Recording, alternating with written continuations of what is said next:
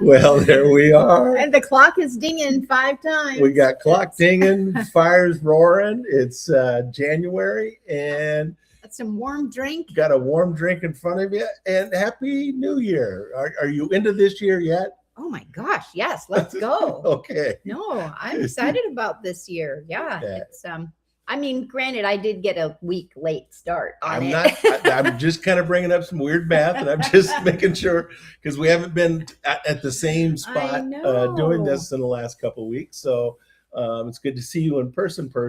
Yeah. And I'm ready to rock this thing tonight. We got a lot going on. We do. It's beautiful out.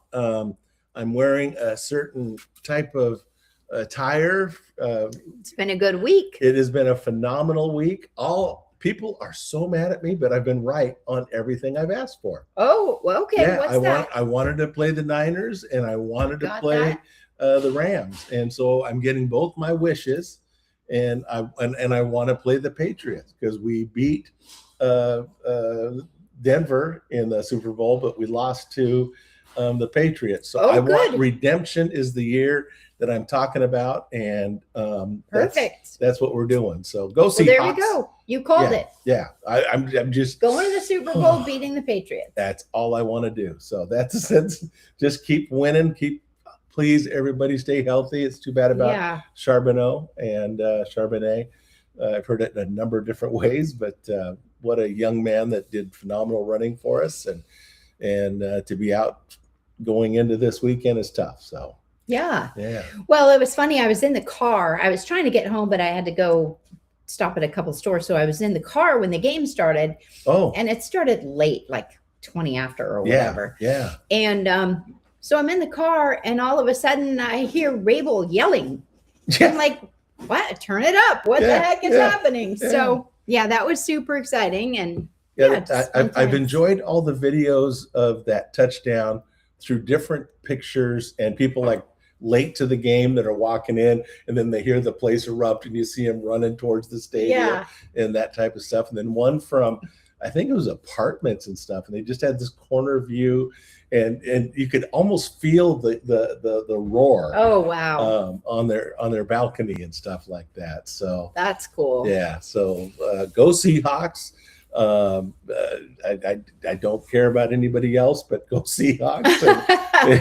And boy, that's going to be a phenomenal weekend. Yeah. Well, that is very exciting, and good luck getting tickets. People that you should already have your tickets. You should. You should. And okay, I have all these little weird side stories. Yes. So I know for a fact that this is our year again, because the last time we did this good, I had a buddy the year before going, we don't even have a quarterback. We're going in. They got some guy that looks like Jesus. They're pulling out and then that was the year that we had Russell Wilson. Nobody knew who he was. Oh, sure. And so we gave up his season ticket so we go off and win the Super Bowl. And then, so he did it again going into this year going, I don't know who this coach is. We're not going to be getting good. And so he gave up his season tickets again.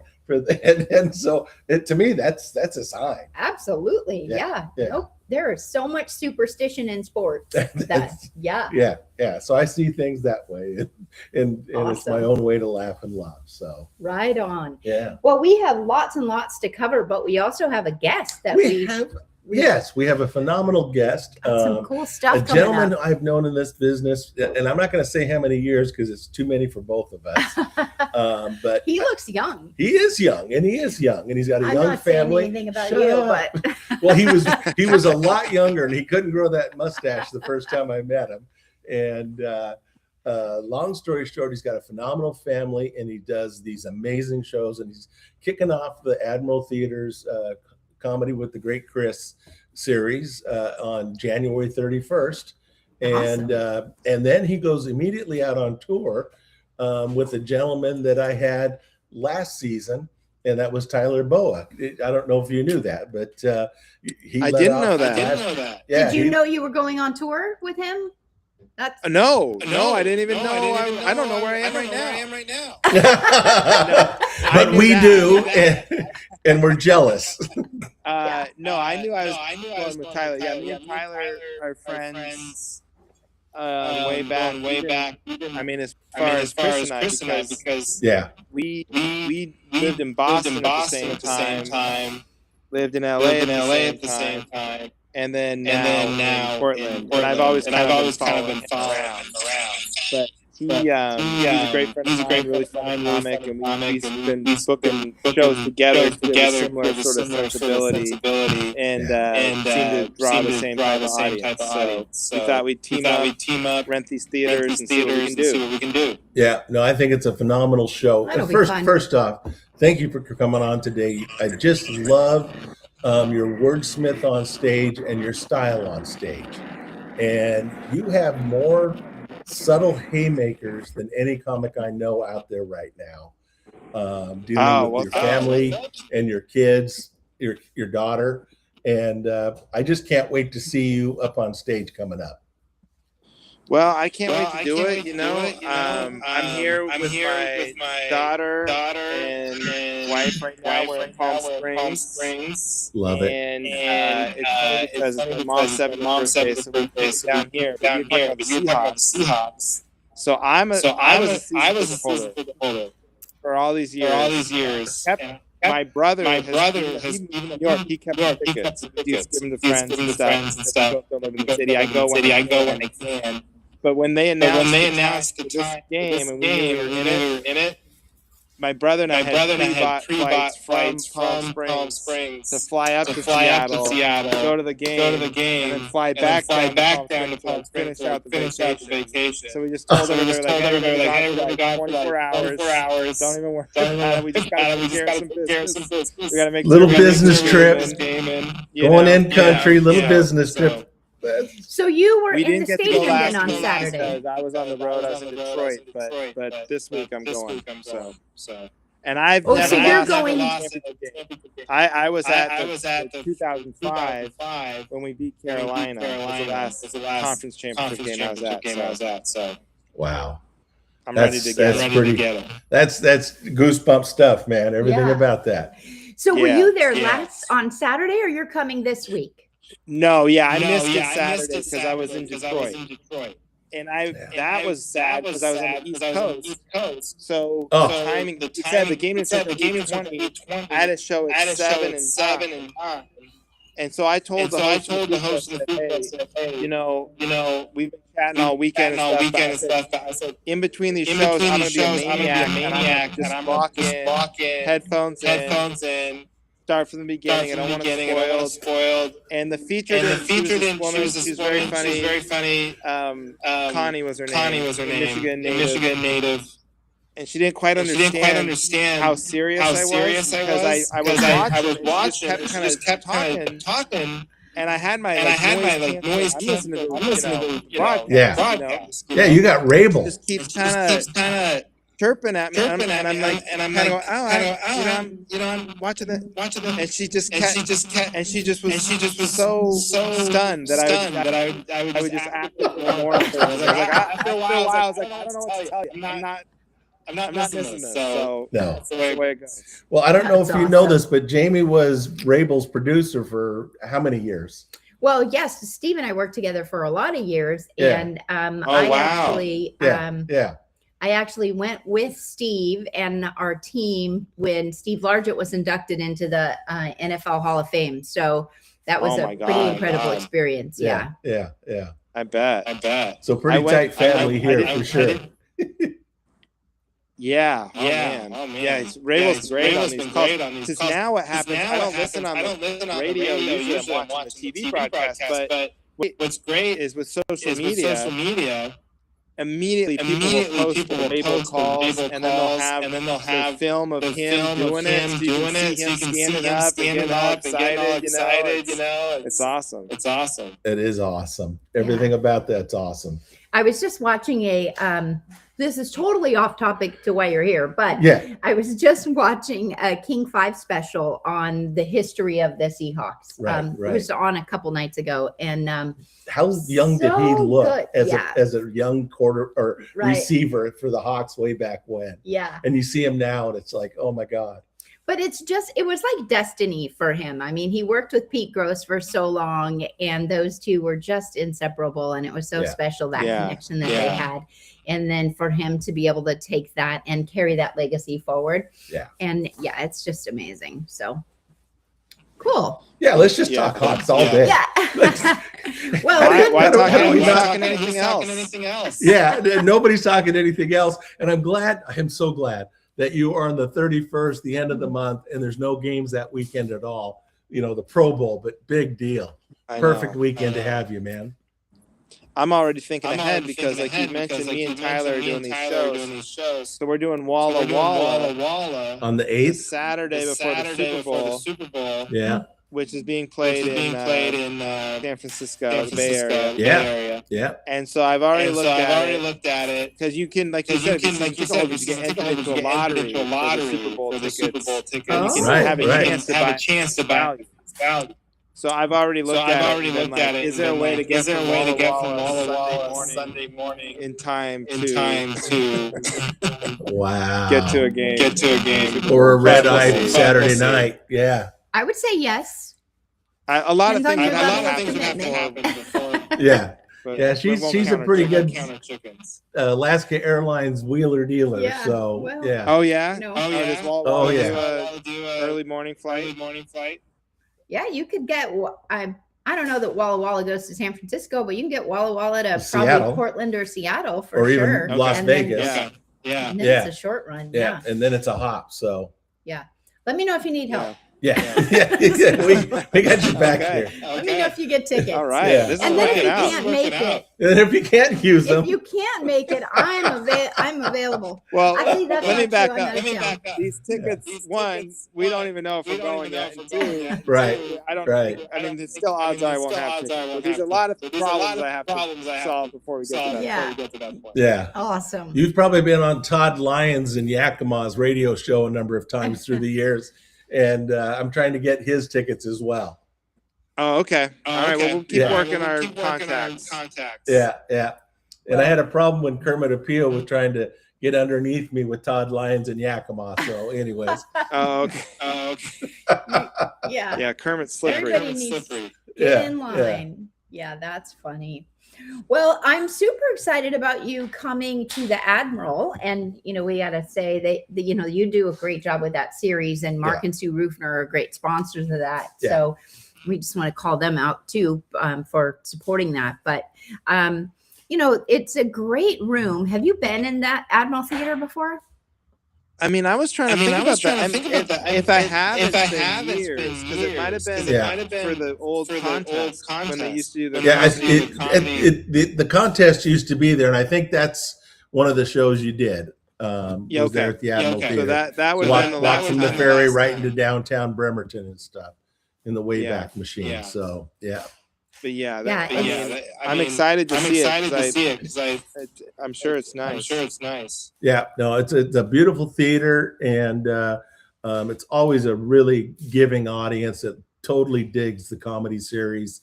And I've got I've got Susan Rice coming this year. It's just a great series, and all right. I'm just so proud to have you. And I look back a number of years, and now I watch your show, having a daughter and being married and stuff. And I just totally dig how your show has just gone down this rabbit hole of amazing love for the family, but an amazing perspective of you didn't think you were going to be doing any of this type of stuff. Well, no, I mean, you probably remember when I started. Yeah, the act was so different. It was single guy, broke, dumb little, everything about. Basically, it was two types of jokes. It was like being single and having no money, which is a bad. Now looking back, it was a stupid way to try to meet the after shows, just to talk about how you and how single you are. That's the way to attract everybody. So if I could go back and 20. I would have done it a little different. But you got to comedy is. I mean, you have to talk about your own life, and that's where I'm at now. It's like wife and daughter in a house. The act is way different. I mean, I feel like it's the same sense of humor. It's just like different subject matter. Yeah, no, I'll go with that. Because I've always enjoyed your comedic styling and the way you present yourself on stage and the way you'll be going one direction, and it just it just rips your head off when you just totally turn around and you're going another direction. I just totally love your style. Well, thanks, man. I really appreciate that. Very nice of you to say, and I'm happy I can come onto this show and get complimented so much. If you guys, that's fine. Well, I don't know if Mom's listening. She said it was her 70th birthday. And I don't want. No, she's not listening. No. I have my own podcast she doesn't listen to, so don't worry. Oh, perfect. Well, yeah. My mom's watching. She's probably had her third margarita by now. So that's Palm Springs. That's great. All right. Yeah. So how does your I always wonder this when I see so many comedians who put their families in their show. How does your wife and daughter feel about being the target of your comedy? Well, my wife does not hesitate when something she feels has been misrepresented. She doesn't mind the punchline. She doesn't mind the jokes. Yeah. But the premises have to be true. She will not accept any false representations. She won't let me exaggerate a situation to, you know what I mean? So if she knows it's true, she'll allow it. My daughter loves it. She's always begging me to put, because she's been to some shows. She's only 5. She's been to shows. And she's like, do the joke about this, do the joke about me throwing the oatmeal, do the joke about, she's very more jokes about her. She wants to be the star. Oh, I love that. That's I have a famous night where I was working on some words, and I knew Susan wasn't going to be anywhere near the show, and all of a sudden I'm working on some stuff, and then she just states in the back of the room, "Chris doesn't know I'm here." and that kind of changed everything at that point. So oopsie. Yeah. No, it's good. And my wife she did stand up for years in LA, and then now she did improv, and now she does more screenwriting. But so it's nice to have someone to bounce stuff off of who actually knows how it works too, and how hard it is to get something from funny idea to actual joke that you can do on the road. Yeah. But even if embellishing makes like the joke a little better, she's not on board with the. No. It's like it needs it. It's great, but it needs a little something. No. But I actually agree with her in the sense that obviously, like, there's a difference between punchlines that are silly and not the truth. But the premise, I don't think you ever make a joke better by exaggerating the truth is usually the funniest thing, and I think an audience can sense when you're exaggerating, and it kind of sticks with it, like, is that really true? Or did his wife really say that? Or does he sound like that? Or who would make that? And then they're stuck in that mindset, and they're not laughing because they're just more questioning what you just said. Right. If they're going down that rabbit hole, that's not good for the show. Right. If you just say everything like it happened from a true, honest place, and then can twist, like Chris is saying, like do your little punchline, make your silly little joke off of that. Yeah. I think it's always better off. Without a doubt. I mean, good old Brad Upton. I mean, he goes, people did that really happen that way with you? And he goes, the truth isn't funny. He goes, he goes, there's parts of this that are very true, but there's parts of this that are so far not. And if you can't delineate between that, then you can't be a fan of mine. Yeah. I mean, for me, the premises are all true, and then obviously the punchlines are silly. Where they go. Yeah. No, that's the art. That is the art, man, and that's what I love about it. We just went to comedy school. Yes, we did. Well, and the other thing is, it protects you from the blob. If you're telling true stories about things that actually happen to you, that's one thing AI or whatever create. And True. Because it's like that's unique. If I just sit down and make up a funny story, that's what AI could do. So I'm thinking about that more. What is going to separate human art from fake art? Yeah. And are you running across that more and more with, because right now, honest to God, I can look at the internet. I don't know that you actually just said something or didn't. And, you don't know you're talking to me right now. That's right.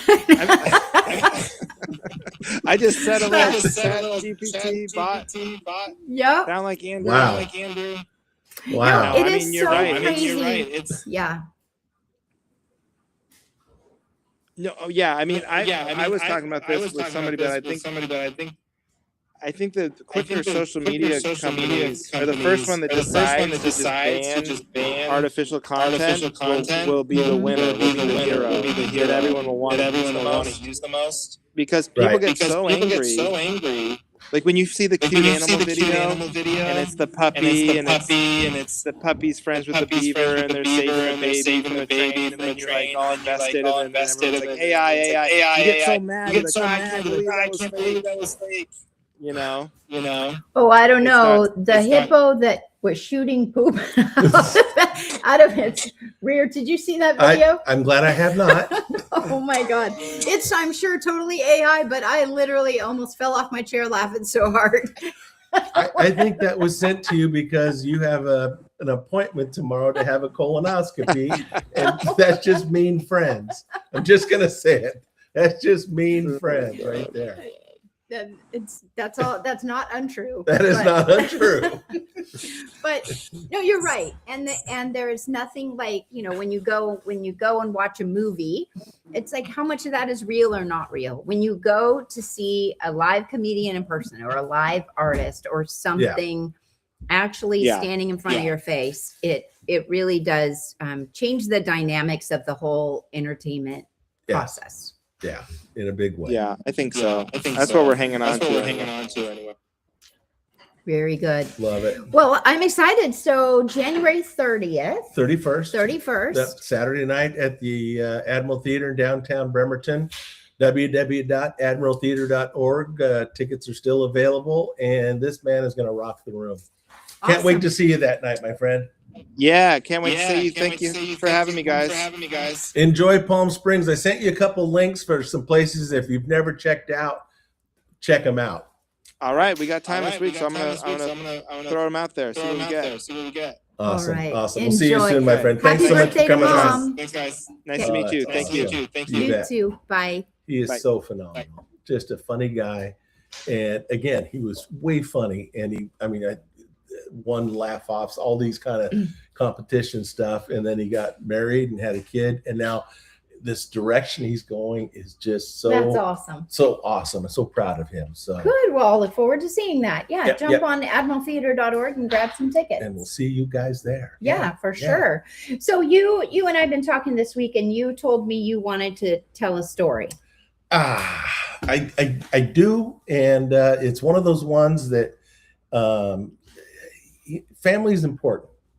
And you never know how close family is until you lose. Mm-hmm. And my dad's little baby sister is up with Uncle Roy now. So Aunt Helen, she was a Miss Seafair back in 19, and just an energy and a bright light in my life. And there's moments that you just can't believe, did this really happen to both her and dad and my mom?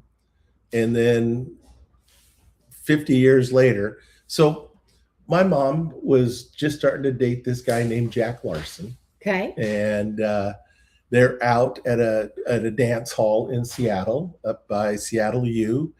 And in comes somebody, and my mom goes, "Oh, it looks like Helen Larson is back.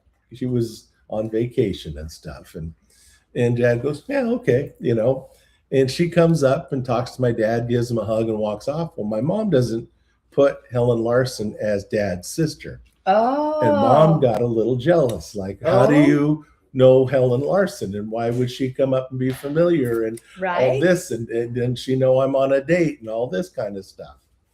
Oh, well, funny. Going back to when I was helping out at Holy Trinity with the dances and helping out with the confirmation retreat. And there was a little girl that went to a confirmation retreat that kind of liked me, and I didn't know how much she liked me. Her name is Susan. Okay. And that night at the dance, in comes another girl, comes across the room, gives me a big old hug, and her name is Julie. And she gives me a hug, and then she says, I'll be back in a second. I've got to go potty. And so she goes into the ladies' room, and this little Susan starts to follow her and goes in there and goes, how do you know Chris Larson? And Julie goes, who do you, you, and so who do you think you are? Yeah, exactly. Same story, mom, dad, and, funny. and Aunt Helen and Julie, Susan, and they're best buddies. And so Julie is your cousin? My little sister. Oh, too funny. Yeah. And so similar stories, some 50 odd years difference in time. That's amazing. Of I guess this is the one. And and it was early and, anyway. Wow. So cool. Aunt Helen, Uncle Roy, love forever. And all my cousins love forever. So, well, and I'm so sorry for your loss. Yeah.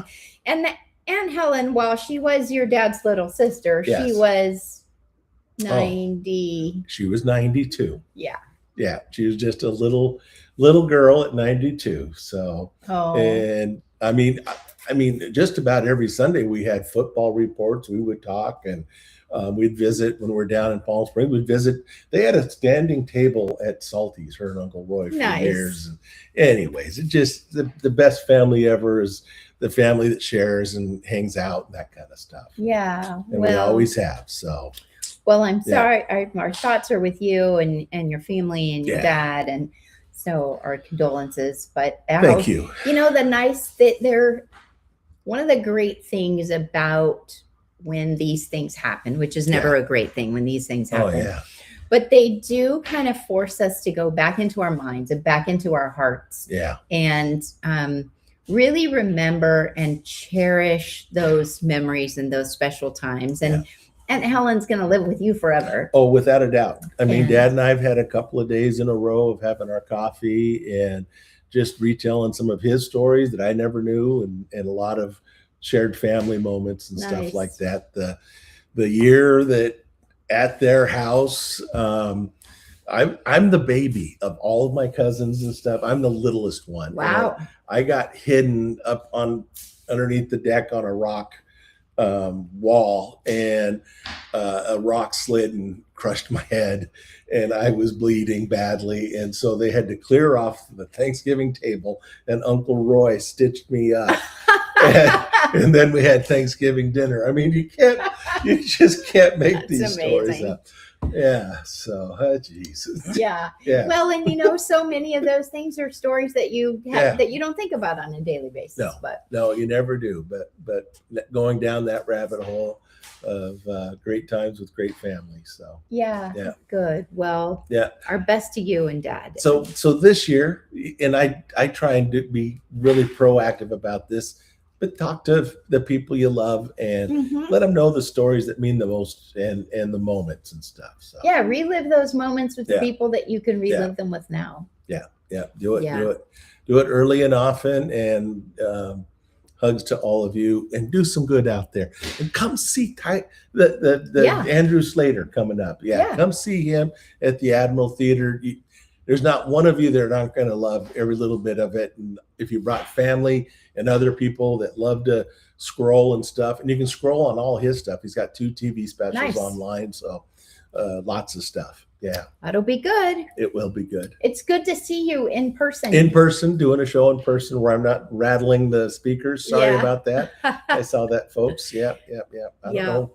That technology fails us sometimes. Well, it's a headphone thing. I'm not saying nothing. Yeah. All right. Do some good. You have a great week. starting tomorrow. Yeah, it'll get better in the afternoon. Every day is going to get better. Every day is better. But you know what? I just did. I just went.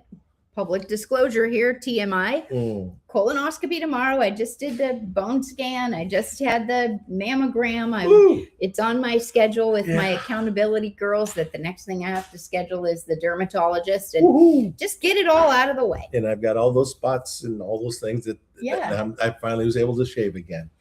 Good for you. Yeah. Yep. Go do it. You know what? Just take care of your stuff. Yeah. It's not fun. You can live as long as Aunt Helen and my dad. That's right. Yeah.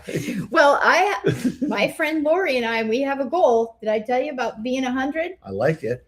We have a goal. She and I have birthdays about a month and a half apart. I love it. We have a goal that when we're 100 years old on our 100th birthday between them, we're going to go scuba diving in Greece.